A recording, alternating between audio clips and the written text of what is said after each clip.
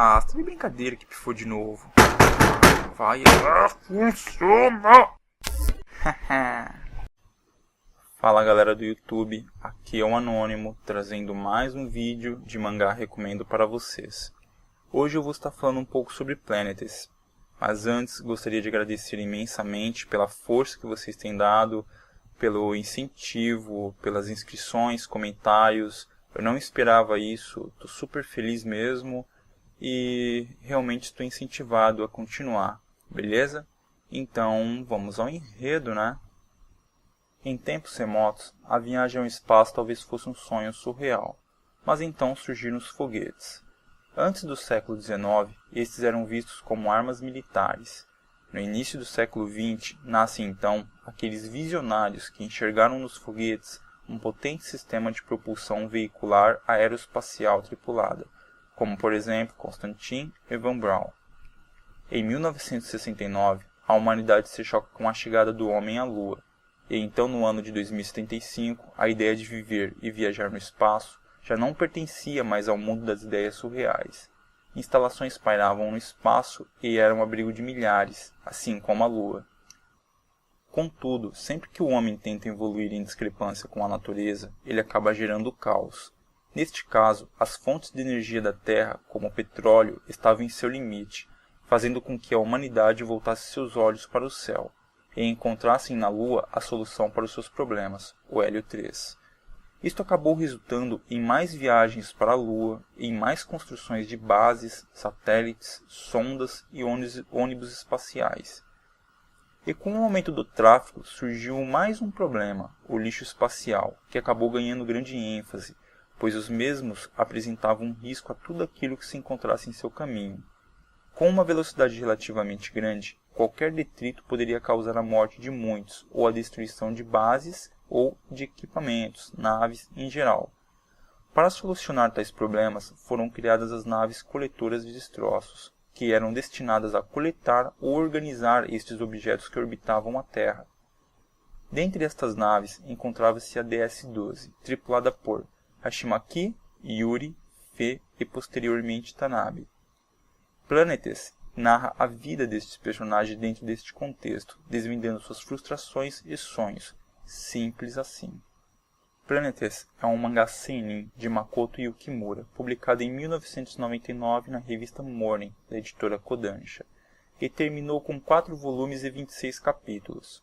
Os americanos contam ou contavam com a distribuidora Tokyo Pop, também conhecida como MIS, para aderirem ao material. Contudo, fiquei sabendo que a Kodansha cancelou o contrato com a mesma, mas sem dúvida que ainda deve circular alguns volumes por lá. Pelo que me parece, nos Estados Unidos foram publicados 5 volumes. O mangá ganhou uma adaptação para o anime em 2003 a 2004 pela Sunrise e foi transmitido pela NHK.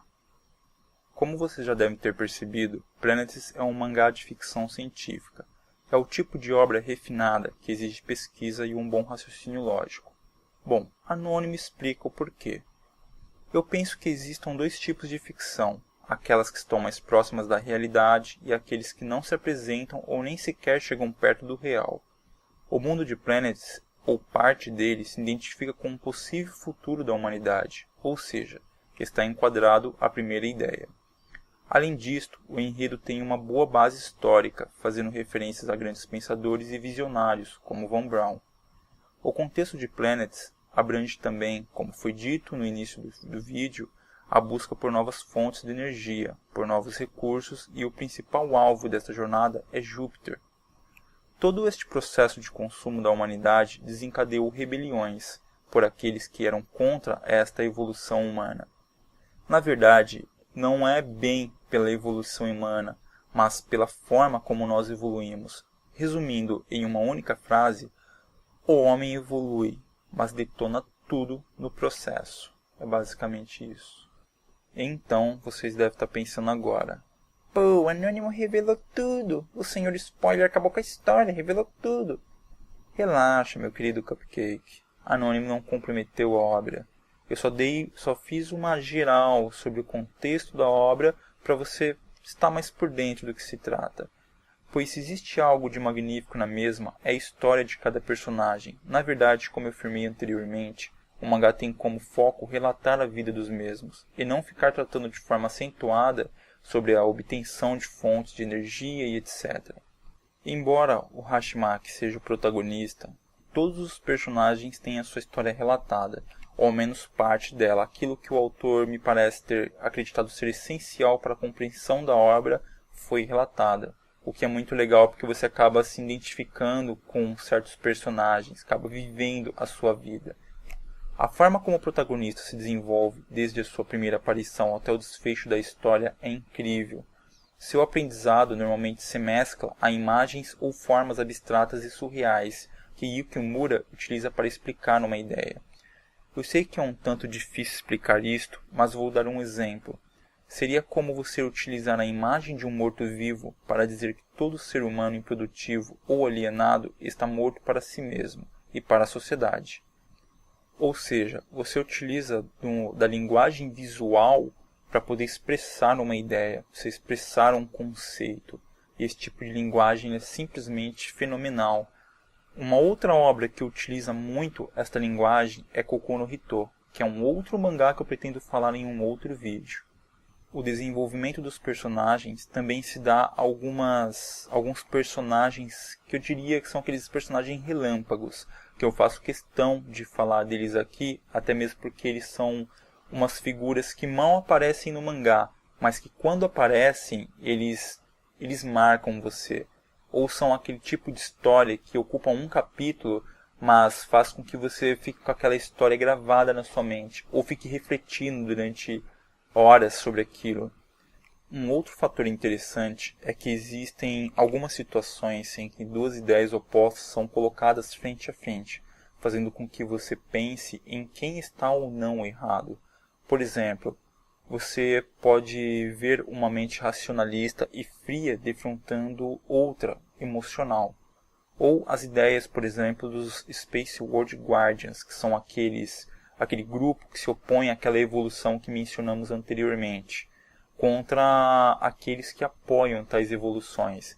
Por exemplo, este primeiro grupo fala que a raça humana é como uma praga, porque onde ela põe o pé, ela destrói tudo. E até aí a gente não está muito longe da verdade, sabemos disso. Mas o outro lado já aprova essa evolução, mas não pensam nas consequências da mesma. Mas também, por outro lado, vem a evolução como um meio de sobrevivência da própria humanidade. Então, ambos têm um pouco de verdade, e ambos estão errados em outros pontos. E isto é muito interessante de se refletir. Essas ideias extremistas que o autor coloca frente a frente para que você reflita são simplesmente incríveis, entendeu? Não é uma obra superficial, ela é uma obra profunda, uma obra de reflexão. Um outro ponto positivo do mangá é que o autor sabe explorar bem o cenário, posicionando os personagens de forma a ficar em harmonia com o universo e com a Terra, dando aquela sensação de que não somos nada diante de tudo isto.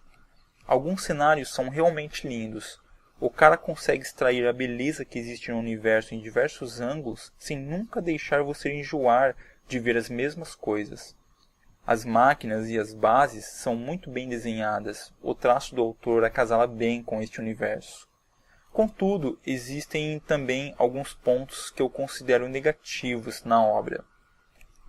O que mais me chamou a atenção foi o resumo brutal de algumas situações. Por exemplo, hoje eu conheci um cara chamado John. É o típico cara que tem o dom para me deixar irritado. No dia seguinte, o cara já não é mais irritante, mas passou a ser o meu melhor amigo, assim, do dia para a noite. Você consegue até entender a mensagem do autor com clareza, mas você se sente como se alguma informação estivesse faltando. Você às vezes quer acompanhar o processo dessa amizade, como o cara deixou de ser irritante e passou a ser um cara legal, entendeu? O autor explica, mas ele explica dando um pulo muito alto, então você perde muita abordagem, muita informação.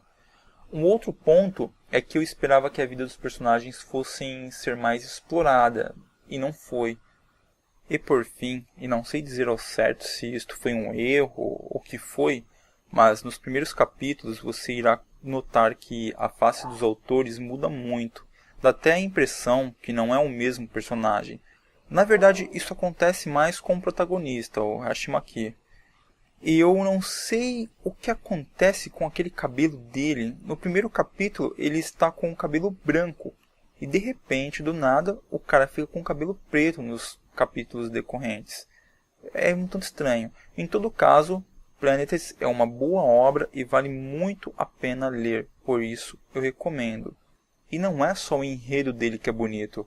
Ele tem uma lição de vida muito legal, assim, entendeu? Sobre sonhos, sobre amizade, sobre uma vida balanceada, sobre até o meio ambiente, como nós maltratamos o meio ambiente. Mas é isso aí, tá dado a dica. Obrigado por ter visto mais um vídeo, certo? Então, aquele abraço.